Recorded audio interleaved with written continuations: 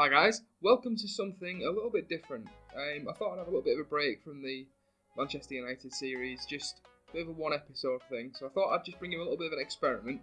So what I've done is I've updated all the squads throughout world football with obviously the most recent transfers, managerial changes, financial changes with board takeovers and things like that. And then I've simulated one season. I'll then simulate a second season and a third season, just to see how the teams got on, how obviously the league table ended up. Obviously we'll have a look as well what players were brought in and out of certain clubs. So this is the first time I've seen this as well, so I don't know how it's got on, but you can see in secure jobs Manchester City are on there, so they can't have done very well. But we'll have a quick look. I will navigate over to the Premier League table and we will see how it ended up. Okay, that's very interesting. So, as it turned out, Arsenal are the Premier League champions with 90 points. That is some season for Arsenal. The top four were, as you can see, Arsenal, Liverpool, Chelsea and Tottenham. Man City in 5th, and as much as it pains me to see that, Manchester United in 6th place. So not the best of seasons for United. Relegated with Swansea, Huddersfield and Palace. So Swansea and Huddersfield I'm not really surprised with. They're two of my predictions for relegation this season. But Palace I'm a little bit surprised with, as you can see as well. Newcastle and Southampton just about avoiding relegation as well. Burnley have qualified for Europe, so they must have won one of the domestic trophies. Let's have a quick look. So yeah, they won the EFL Cup. So Burnley are in Europe. That's interesting. But yeah, we'll have a look at the player stats and we'll see how they got on. So Salomon Rondon was the top goal scorer. That's very interesting. 26 goals from 37 appearances. Aguero getting 21 and Sanchez getting 21. If you look at assists, David Silva got 16 assists. Matt Phillips with 13. West Brom, where did West Brom finish? So they finished 10th and they had one of the top assisters and the top goal scorer in the league. That is very strange. So we'll have a quick look at the world transfers and see what was going on. So we'll start in July. So not very much happening. Southampton paying the biggest transfer fee in July. Chelsea bringing in Rodrigo Chow for 17 million. But not a lot happening there. Let's have a look in August. Again, not very much. Lucas Pratto to Tottenham being the most valuable transfer. The only transfer over 10 million in August, which is very strange. Right, so we'll have a look in September, deadline day obviously, unless deadline day must have been the end of August because nothing happening there. So very, very little happening in the transfer window. Very strange. Highest transfer fee of 19.75 million, unless most clubs have done their business, and obviously with it being the update they may not have made any changes. It's a bit of a strange one, but we'll have a look in January, see what happened there. Wow, that's that's a little bit more like it, isn't it? Several transfer fees over 30-40 million. Griezmann to Manchester United, which obviously is a transfer that has been rumoured in real life. Iñaki Williams to Bayern Munich. Keita Balde to Tottenham, Daniele Rugani to Chelsea, Felipe Anderson to Atletico, obviously replacing Griezmann by the looks of it. So a lot of big transfers there, some very interesting ones actually. Samu Castillejo, 31 million, he's a bit of a youngster. Haysad choose a full-back for 42 million, that's a hell of a lot of money for a full-back. Some very strange transfers. I wonder if the update that I put on also has some stat changes as well. You can see there as well, Corentin Tolisso going to Real Madrid, who's just joined Bayern, so they mustn't have been a fan. But yeah, rather interesting that. So what I'll do now, we've seen the table, seen some transfers. Actually, let's have a look at some more competitions. Have a look at who won the Champions League and things like that. So I'll just quickly navigate to that. So actually, the Champions League final hasn't yet been played. It's between Bayern Munich and Real Madrid. So what I'll do, I'll just quickly simulate onto there and we'll see who wins the Champions League. So just before we go on to the Champions League, as you can see there, Manchester United have just won the FA Cup. So obviously they'll be in Europe next year, Europa League again unfortunately, but hopefully it'll be slightly different in real life. So let's have a look at who won the Champions League. I will just have to navigate there again. So, as you can see, Bayern Munich won the Champions League, which isn't that much of a surprise, I think, to be perfectly honest. Pretty fair, they're probably the two best teams in Europe at the moment. I probably expected Real Madrid to beat them, but you know, it's Football Manager, things happen. So I will simulate through one more season. We'll see some more big transfers. Hopefully, we'll see. Hopefully, Manchester United getting us a little bit higher up in the league table. So I'll simulate on, and I will speak to you in a moment. Hi guys. Right, second season has been simulated, and look at that. Arsenal have retained the Premier League, and not only have they retained, they've done it with 98 points. That's broken the points record. That is absolutely outrageous. United climbed to third. It's a little bit better. Still not good enough, really, given that they spent 86 million on Griezmann in January last year. So third is still pretty disappointing. We lost 4 games, which is the same as Arsenal, but story of our lives. Too many draws. We finished third. Going down was Sunderland, Derby and Queen's Park Rangers. So obviously Derby and QPR must have got promoted and have gone straight back down again. Other than that, no real surprises. Maybe Leicester finishing 6th is a very, very good finish for them. Other than that, not a lot of surprise in there, I don't see. Fairly predictable. So once again, let's have a look at the player stats, and then we'll get into having a look at some more transfers.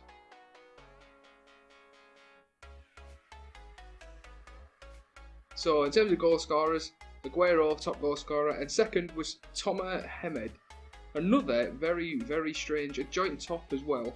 Another very strange one. Troy Deeney third, Harry Kane fourth, Dele Alli getting 18 goals. That is some return from a midfielder. That is fantastic. In terms of assists, Juan Mata getting the most with 17, which is very, very good. 32 appearances, so that's more than 1 assist every other game. So that's absolutely fantastic, that is.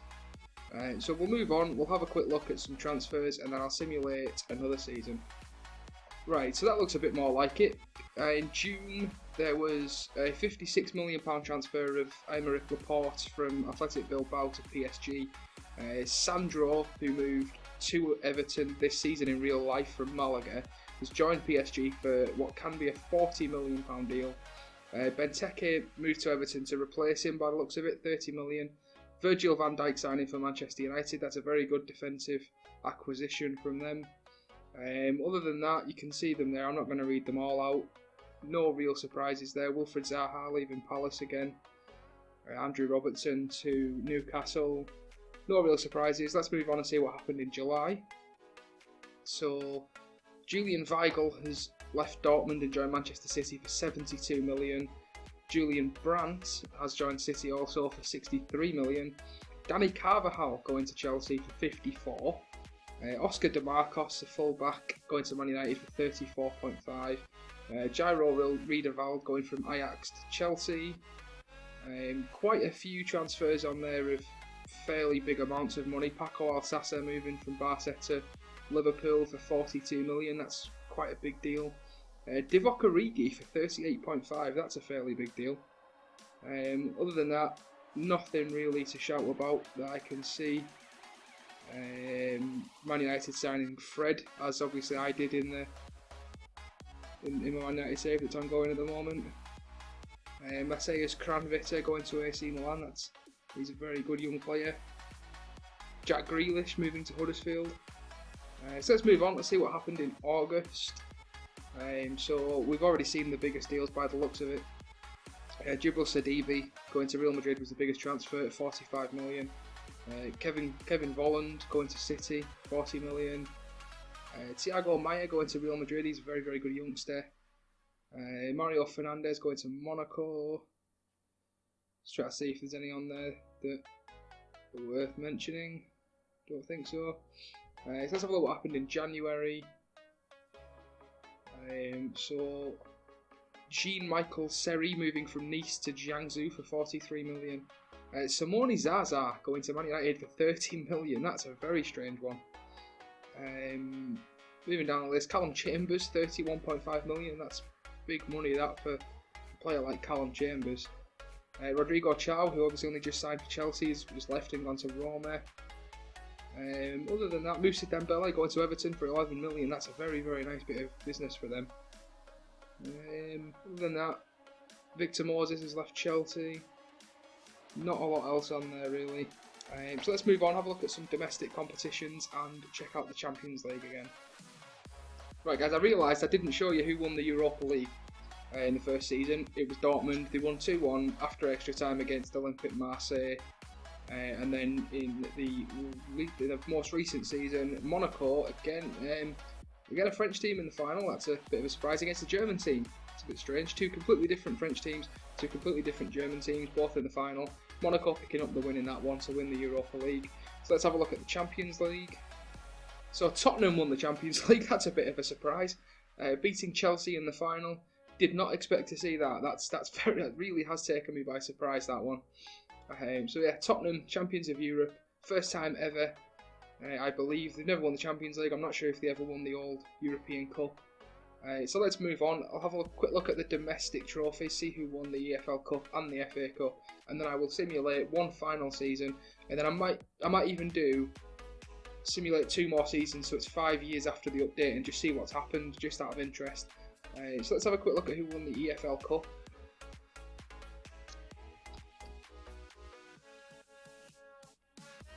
So the EFL Cup was won by Newcastle. They beat Man United in the final 2-1. Nice little bit of silverware there for Newcastle. It's been a little while since they've won anything, so that's very, very nice. Obviously they've won the Championship, but you know what I mean. So let's move on, have a quick look at who won the FA Cup.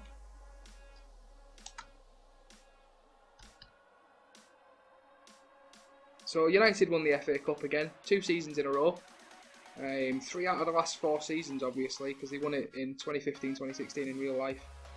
So there's all the trophies and everything that everybody's won this season. So I will simulate on 1 more year, and then we will see how it's looking.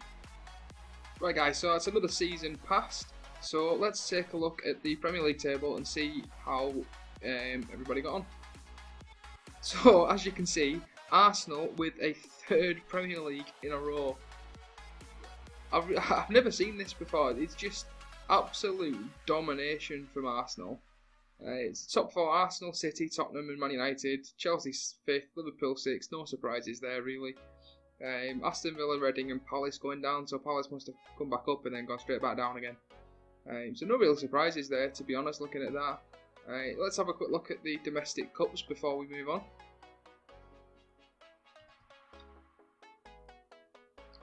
So Southampton won the EFL Cup. That's another fairly surprising winner. Obviously last year was Newcastle, this year Southampton, beating Chelsea in the final. So a bit of a surprise, but we'll move on to see who won the FA Cup. So Liverpool won the FA Cup, beating Tottenham 2-0 in the final. Not quite as surprising, 2 of the better teams in England in the final. So Liverpool won that. So let's move on and see who won the European awards. So Bayer Leverkusen won the Europa League, beating Man United in the final. That's back-to-back finals now for Leverkusen. Obviously they were beaten in the final by Monaco last year. So yeah, this year they finally won it. Let's have a look at the Champions League.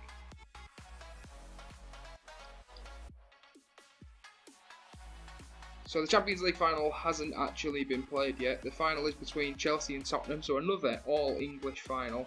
Obviously Tottenham are the holders as well, so that's a bit of an interesting one. Who was the other finalist in last year? Chelsea. So it is an exact replica of last season's final. How strange is that? Very, very strange. So anyway, I'll simulate on a little bit. We'll see who wins the Champions League. So back-to-back Champions League wins for Tottenham. That's a very, very strange one. The London club's absolutely dominating world football at the moment. Tottenham winning back-to-back Champions Leagues, Chelsea back-to-back runners-up, and Arsenal 3 times in a row winning the Premier League. That is absolutely astounding. I can't believe how strange this is going. Tottenham haven't won the Premier League yet. They've won 2 Champions Leagues. Very, very strange. So let's have a look at the transfers that have happened in the last year and see if there were any big moves. So, a few big moves in June. Anthony Martial moving to PSG for 82 million. And that's outright fee as well. There's no add-ons in that one. Serge Aurier going back to PSG from Barcelona, that's a bit of a funny one. 42 million. Tiémoué Bakayoko going to Man United for 41 million. Will Hughes going to Liverpool for 32. Looking down that list, nothing else really that shouts out at me. So let's have a look what happened in July. So Joshua Kimmich moving to City for 66 million. Jimenez to Barcelona 61 million. Kovacic to Chelsea for 39. Breel Embolo moving to Man United for 56 million. Mauro Icardi going to Arsenal for 52. Piaka going to City for 42. Alba going to United for 42. So a fair few big moves on there, pretty much dominated by English clubs. A couple of other ones down here, Frank Kessie, Ben Taleb's going to come back to Tottenham again. Christoph Kramer to Bayern, Koulibaly to Atletico, Dendoncker going to Juventus, Mbaye Niang going to Roma. So a few names on there. Damian left Man United for Atletico Madrid. So let's see what happened in August. So not so many big moves. 34.5 million is the biggest fee there. Matej de Ligt going from Ajax. He's a very good youngster, someone I've used quite recently in one of my offline saves. Inigo Martinez going to Juventus from PSG. So let's see what happened in January. So Andrea Zivkovic going to Bayern for 46.5. Lucas Digne going to Chelsea. Divock Origi going to Man United for 65 million. That is absolutely outrageous. So fairly big moves there. That Origi one really baffles me. He must have had a big upgrade. Yeah, his stats are fairly good, to be honest, aren't they? He's only 24. So he must have been given a big upgrade on the database that I downloaded from FM Scout. So that's how the game is looking after 3 years. So I will now simulate 2 seasons. We will have a look what's happened, who's been winning trophies, any big transfers. So I will be back with you in a moment. Okay guys, so it's been 2 seasons since I last spoke to you. I may be speaking as if I haven't just been talking 10 seconds ago, but obviously it takes a bit of time to simulate through, so every time I come back I start talking to you as if it's the first time I've started talking. So anyhow, let's have a look at how the last couple of seasons have gone in the Premier League, see if anyone's managed to dethrone Arsenal, because obviously they've been absolutely dominant in the league recently. So let's have a quick look and see how they got on. So as you can see, the 2019-2020 season, Arsenal finished 5th, so a little bit of reality kicked in there by the looks of it. Chelsea won the league, Manchester United finished in 2nd place, Tottenham 3rd and Liverpool 4th, City and Arsenal getting into the Europa League places, Norwich, Sunderland and Brighton got relegated. So let's have a quick look. It won't let me check the player stats, I don't believe, but let me have a quick look. No, unfortunately it'll only let me check the most recent series, so I can't check player stats. So we'll move on, we'll have a look at the domestic competitions. So, the EFL Cup in the 2019-2020 season was won by Bournemouth. Very, very interesting. While we're here, I will just skip forward and we'll see who won it in 2020-2021 rather than coming back to it. So, in the current season, it was won by Tottenham. They beat Arsenal in the final on penalties. So that's a little bit more realistic, a little bit more believable than Bournemouth. So anyhow, let's move on. Let's have a quick look at the Europa League and the Champions League for the FA Cup. Sorry, I've skipped the FA Cup, but I'll look at the FA Cup first. So the FA Cup was won by Manchester City in the 2019-2020 season, and Wolves in the 2020-2021 current season over Bournemouth, who we've obviously just been talking about. So Wolverhampton Wanderers won the FA Cup. Very, very interesting. Let's have a quick look at the Europa League. So the Europa League was won by Chelsea in the 2019-2020 season. They beat AC Milan, who look like they're having a bit of a resurgence. Obviously they've got a bit of financial backing now, so obviously it looks like in Football Manager they've been given that financial backing and they're starting to mount a bit of a comeback. In the 2020-2021 season, Inter Milan won it. So just as we've been talking about AC Milan, Inter Milan win the Europa League. That's a bit of a strange one. So let's have a quick look at the Champions League. So Manchester United won the Champions League. So after two Tottenham wins, Manchester United won 3-0 over Barcelona in the final. That's an interesting one. And then in 2020-2021, Man United again. So back-to-back wins for Manchester United after back-to-back wins for Tottenham. So it looks like English football is absolutely dominating. So back-to-back for Tottenham, back-to-back for Manchester United. Lovely stuff. England really are dominating world football at the moment. So let's have a quick look at some transfers and see what happened. So June 2019, this is an interesting one. Philippe Coutinho from Liverpool to Manchester City for 75 million. Now that I did not see happening, moving from Liverpool to City. Obviously divisional rivals. Very, very surprised at that one. Other than that, nothing massive really. Jack Butland going to Arsenal. Son Heung-min going to Liverpool. Other than that, nothing major. So let's have a quick look at July. Paulo Dybala, my favourite person on Football Manager, going from Juventus to Chelsea for 77 million. Marc-Andre Ter Stegen going to City. Diego Jota, Thomas Lemar there going to Madrid. Vinicius Jr. going to Madrid, which I believe should have already happened. That's a weird one. He's already at Real Madrid. They signed him for 39 million in 2018. Yet that's a strange one. Unless this is the 2019. Unless it's gone under the 2018-2019 season, I don't know. But anyway, let's move on.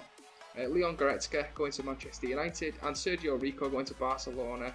A couple of deals that may rise to 30 million. You've got Cesar Azpilicueta there going to United. That's a strange one. Dani Ceballos going to Tottenham. Other than that, nothing major. There's Munir, the Barcelona youngster. Alban Lafont, one of my favourite goalkeepers on the game, going to Dortmund. If you haven't tried Lafont, give him a try. He's a very, very young goalkeeper. You can sign him for a very, very low price, and he turns out to be one of the best goalkeepers in the world. So if you haven't tried Alban Lafont, especially if you're a lower Premier League team, you may have seen me put a couple of photographs on Twitter recently with Southampton. I actually started off as Watford, signed Alban Lafont for 4 million, and then I was getting, the season after, I was getting offers of 20-30 million for him at the age of 18. So if you're a lower Premier League team, give him a try. I then got offered the Southampton job. Funnily enough, he kicked off at Watford and wanted to leave, and I managed to sign him for 7 million. That was in like 2020, so he's obviously already a world-class goalkeeper. So if you've never tried him, give him a go. Let's have a quick look what happened in August. So, a couple of surprising ones. Roberto Firmino moving to Barcelona. Rafinha going to Man United. Asier Villalbre going to Liverpool. Is he a regen? I don't recognise that name. No, not a regen. I don't recognise him. From Bilbao. No, not a name I recognise that one.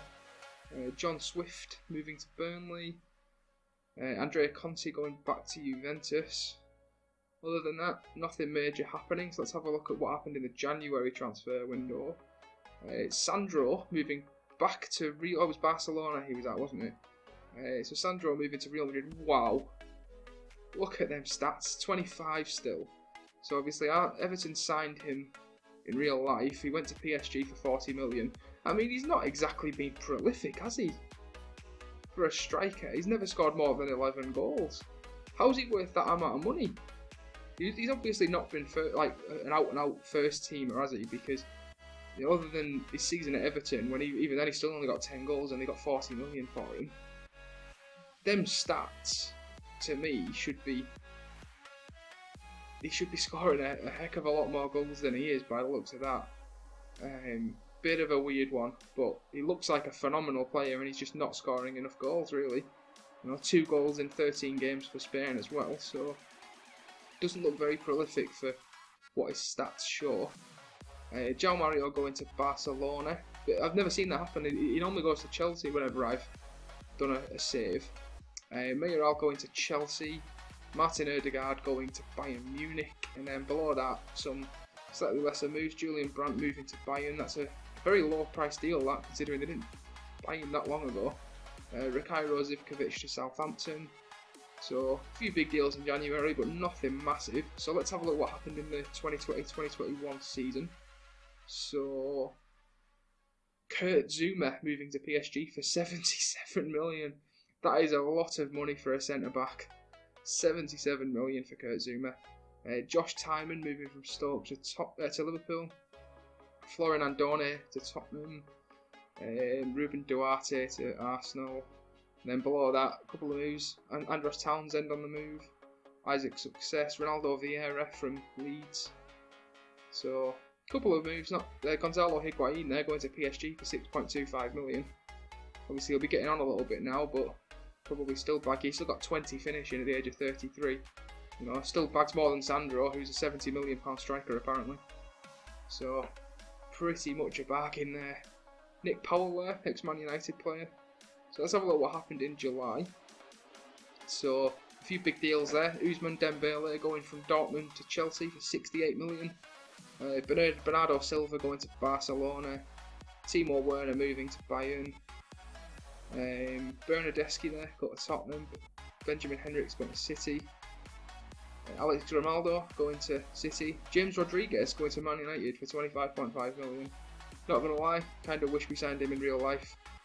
I think we probably would have been able to get him for around 30-40 million, and I think that's an absolute steal. He's still very, very young in real life, so I was really disappointed when we didn't sign him. Lukaku there, leaving, going to Juventus. Bit of an interesting one. So Lukaku's gone, so either Man United have got a youngster who's going to be playing up front, or they've signed somebody. So let's see what happened in August. So Samuel Umtiti moving to Man United for 36 million. A couple of other moves there, a couple of names I don't really recognise. We'll start to see regens kicking in now, won't we? So Kasper Dolberg moving to West Ham, Eric Bailey to Real Madrid, Isco to Chelsea, Phil Jones to Stoke. So a few familiar names moving on there, a few not so familiar names. So it looks like the deadline day was in September, but obviously nothing big there. So let's have a quick look what happened in January. So Mohamed Salah moving to the Chinese Super League for 50 million to Jiangsu. Hakim Ziyech moving to Bayern. Ruben Neves leaving Wolves. By the way, that is one fantastic signing in real life for Wolves. How they've managed to pull that off, I don't know. He is a fantastic midfielder. Porto captain at the age of 18, 19 was it? So he's going to be a phenomenal talent, and it will not be long before someone in the Premier League snaps him up. Lacazette moving to Juventus, and again, a few names I'm not familiar with. Kuki moving to Arsenal. Leandro Paredes moving to Porto. Said Kolasinac moving to Atletico Madrid. Alberto Moreno there going to Leicester. And then nothing really major happening after that. So obviously there's been 8 days of this transfer window, so let's see if anything's happened. Not as of yet. I'm just interested to see who is actually playing up front for Man United. No, of course they're not going to be there. It's not going to make it that easy for me, is it? So let's have a quick look how Man United are lining up. So, they've got Lewandowski. How much did they sign Lewandowski for? How did I miss that? 12.25 million, that's how I've missed it. Wow. 245 grand a week though, but still. He's gonna get goals for you, isn't he? 16 goals in 36 last season, it's not bad. But very, very strong lineup there. Daley Blind still in the centre of midfield, that's an interesting one. Pogba, yeah, I was going to say Pogba must be injured. Yeah, very, very strong team. I still think my Man United team in the other save is stronger than this, but I never understand why when they always seem to replace Luke Shaw when whoever is in charge at Man United, and I don't know why, because in my experience Luke Shaw is one of the best left backs on the game. He's absolutely fantastic, so I don't really know why they replace him, but they always seem to do it. Lindelof still there, looks like he's going strong. Looks like a very, very good player, valued at 42.5 million. Let's see how Marcus Rashford, wow, 49 million, 23 years of age still. He is progressing very, very nicely. Just trying to see if there's any other young players on there that we'd like to check out. Let's have a look, see how Luke Shaw is doing. So he's not improved as much, but they can't have been playing him if they've signed Jordi Alba. No, last few seasons he's barely played. So it's a bit of a shame that. He never really lives up to his expectations unless you are Man United manager. But let's have a look at Pogba. I mean, look at them stats. It's unbelievable how he's still so young and how good he actually is on the game. Anyway, I'm not his biggest fan in real life. I'm glad he's come back to Man United, and I think he is going to come good. But it's a hell of a lot of money for the player of his age, and he's not really lived up to it, has he? Let's be honest. But I hope he does. I hope he proves me wrong, and I hope he proves everybody else wrong. Just for Man United's sake alone. So just while we're at it, I'm actually just a bit interested to see who won the World Cup.